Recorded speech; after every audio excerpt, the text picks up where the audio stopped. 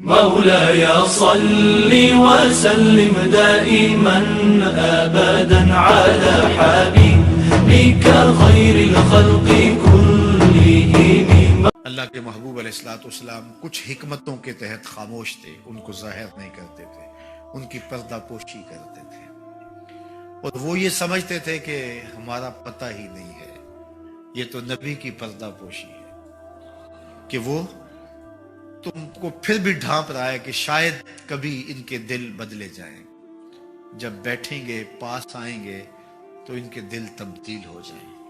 کچھ کے ہوئے بھی، لیکن جن کے نہیں ہونے تھے انہوں نے چاند ٹکڑے ہوتے دیکھا پھر بھی نہ بدلے، سورج کو پلٹتے دیکھا پھر بھی دل بدلے نہیں، اور درختوں کو کلمہ پڑھتے دیکھا پھر بھی جادو کہہ دیا، انہوں نے کنکروں کو حضور کے نام کی گواہی دیتے ہوئے دیکھا اور کہا یہ ابو کبشہ کے بیٹے کا جادو ہے جو سر چڑھ کے بول رہا ہے، پھر بھی نہیں مانے، اور جو ماننے والے تھے وہ حبشے سے آ کے مان گئے، ماننے والے فارس سے آ کے مان گئے۔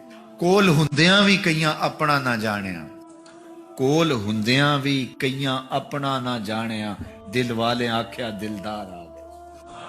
تو یہ اپنی اپنی قسمت کی بات ہوتی ہے، یہ اپنے اپنے مقدر کی بات ہوتی ہے۔ حضرت ابو ملیکہ رضی اللہ تعالیٰ عنہ تابعی ہیں، بخاری کتاب الایمان میں ان سے ایک روایت مروی ہے، وہ فرماتے ہیں میں 30 اصحاب رسول سے ملا ہوں، میری زندگی میں 30 اصحاب سے ملاقات ہوئی ہے، میں نے ہر ایک کو ایمان کے بارے میں ڈاڈا فکر مند پایا ہے، سب کہتے تھے کہ میرا خاتمہ ٹھیک ہو جائے، رنگا رنگ سہیلیاں پرن کڑے پر پریا اس دا جانیے جس دا توڑ چڑے، وہ ڈرتے تھے ہمارا خاتمہ خیر پہ ہو جائے، خاتمہ ایمان پہ ہو جائے۔ اللہ اکبر۔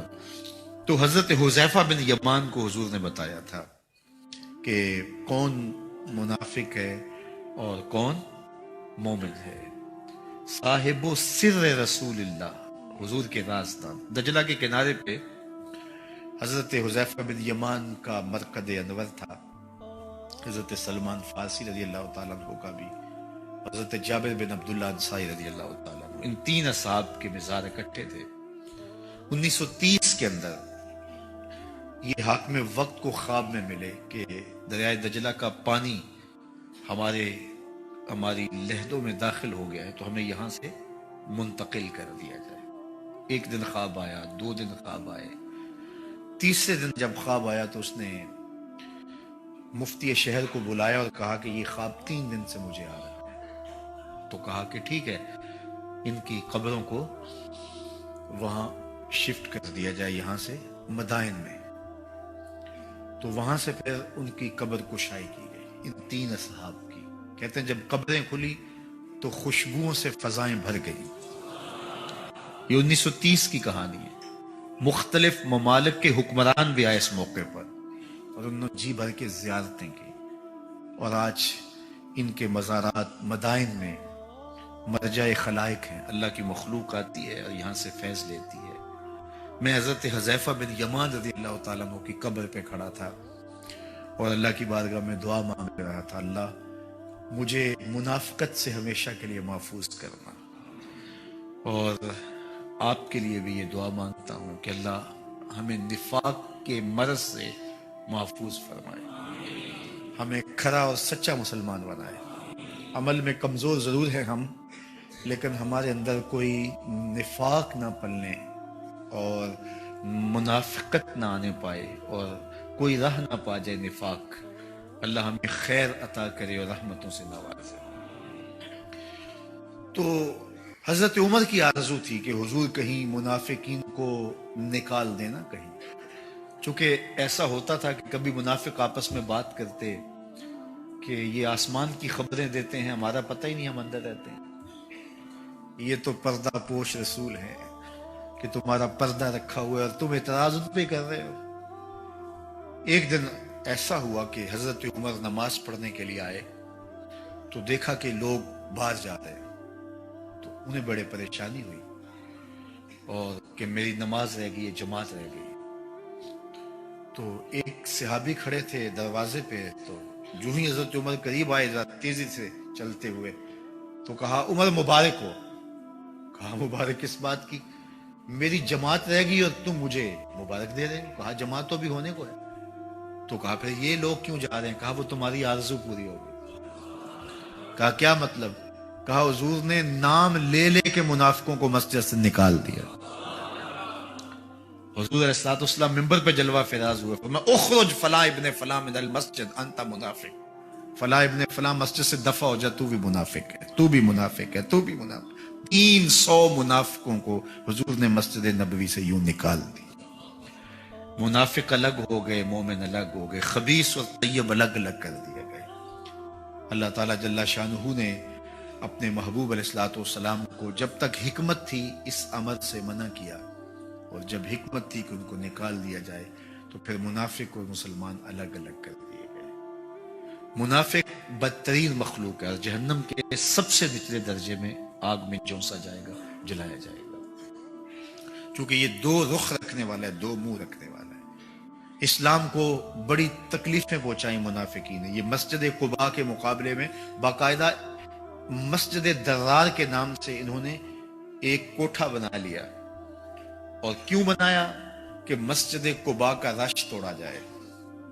یہ طیب پاکیزہ لوگ، حضور کے عاشق، اور یہ کہنے لگے یہ تو پتہ نہیں حضور علیہ الصلوۃ والسلام کو کس طرح مانتے ہیں، ہم ہیں اصل جو ہے وہ اللہ کی توحید اور اللہ کے دین کو ماننے والے، اور مسجد بنا لی باقاعدہ، اور حضور سے عرض کی کہ حضور آئیں اور 2 رکعتیں یہاں پڑھ لیں۔ مطلب کیا کہ آپ آئیں گے تو پھر لوگوں کا رجحان یہ ہو جائے گا۔ اللہ نے اپنے محبوب کو کہا کہ محبوب ادھر رخ بھی نہیں کرنا۔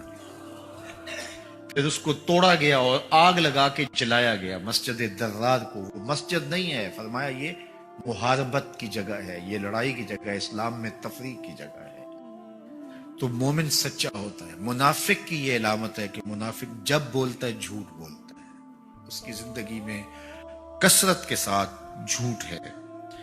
زندگی میں کبھی احیاناً، کبھی کبھار اگر زبان سے جھوٹ نکل جائے مزاح میں یا ویسے، تو اس کی فوراً توبہ کرنی چاہیے۔